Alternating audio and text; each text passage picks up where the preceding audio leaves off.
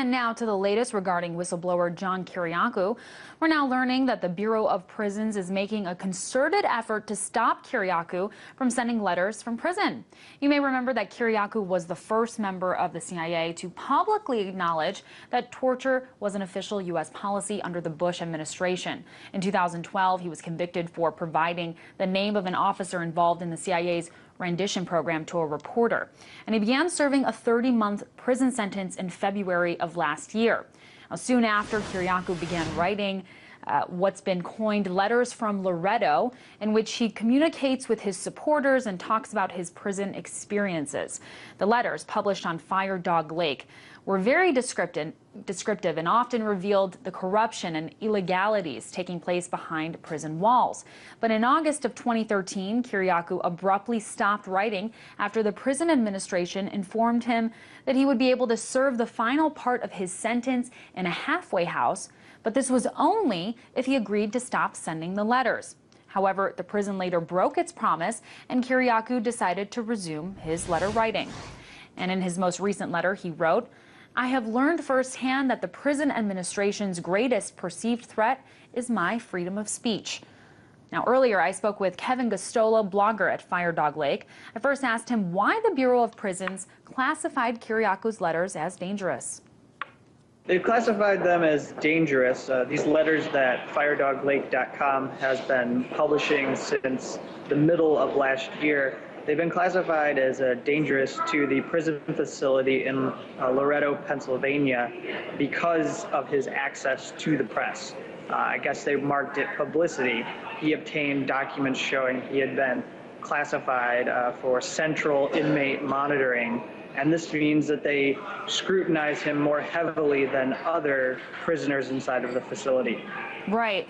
And in his latest letter about rights, he said, quote, "The BOP is afraid of you knowing what the prison system is really like. They're afraid of the public disclosure, that they don't bother to follow their own rules. They're afraid that you'll learn that they can violate the law with impunity." Can you give some examples of how Kiriakou's letters illustrate this? What are some of the regulations that were being violated? Well, what he was talking about was specifically how supporters of Kiriakou have been mailing him letters of support, trying to correspond with him. And what they've been having happen is their letters are opened, and then those letters are sent back to them. It appears that even one person had his taped back together shut, and then the letter came back to him, and he has no idea that Kiriakou's having his letters denied to him without Kiriakou even being notified of the fact that the warden of the facility is rejecting these letters. We've also got instances where legal mail is being opened, and I guess Kiriakou doesn't get a chance to appropriately challenge this. If it's legal or special mail, he's supposed to be able to watch the warden, open it, look at it, inspect it, and make sure that it's not threatening to the facility. And that hasn't happened, I don't think. And then the other thing is the email. He has email service, and it takes a while to send emails out and then receive them.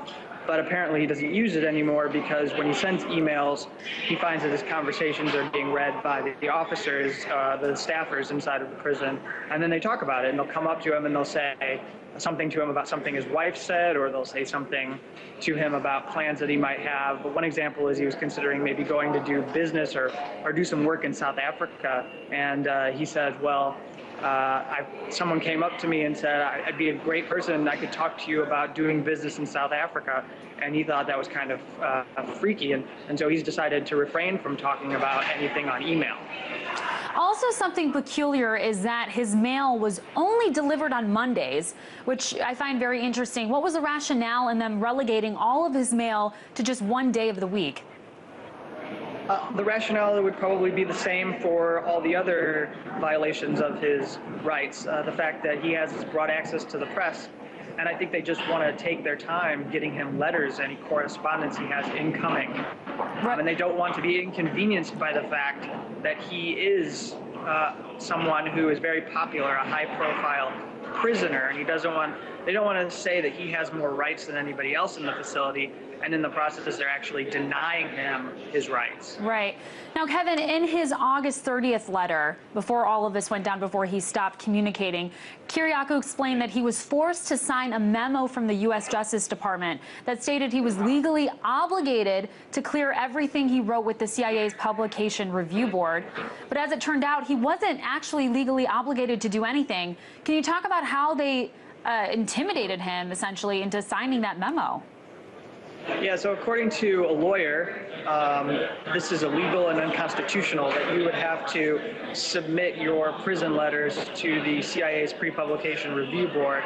It has nothing to do with his time as an intelligence officer, so they also wouldn't have any material to clear. And essentially, he was sat down and he was ordered to sign this memorandum or this letter that said that he wouldn't send any letters out without giving them to the CIA's board to approve them for publishing. And actually, it seems he has been doing this. Even though he shouldn't be required to do so, he has been sending letters to the CIA. He sent one in December.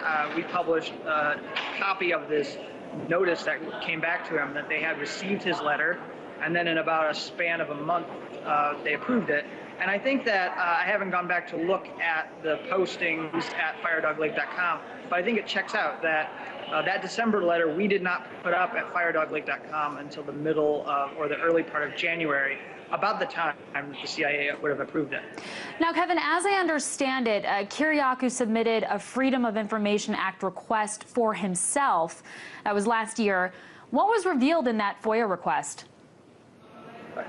The revelation was that, in fact, he was designated for central inmate monitoring, which I have to tell you, you're supposed to be notified as a prisoner if you are given this designation. And according to the letter, if I read it correctly, Kiriakou was not informed. Right.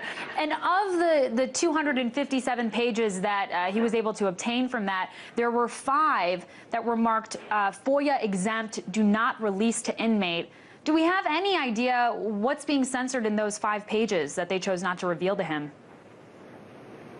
Well, it would appear that somehow he was able to figure out the content, maybe because his attorney placed some kind of a request for that information and was possibly privy to it because of the fact that this person would be representing him legally. So I don't know. The information he put in the letter, he would have had to have some way of accessing the contents of those pages. Otherwise, he wouldn't have been able to describe passages from them as he does in the letter. So I don't think they managed to actually withhold any information from him like they had wanted to. Sure. Well, thank you so much for all of your insight on this very important case. Kevin Gosztola, blogger at Firedoglake.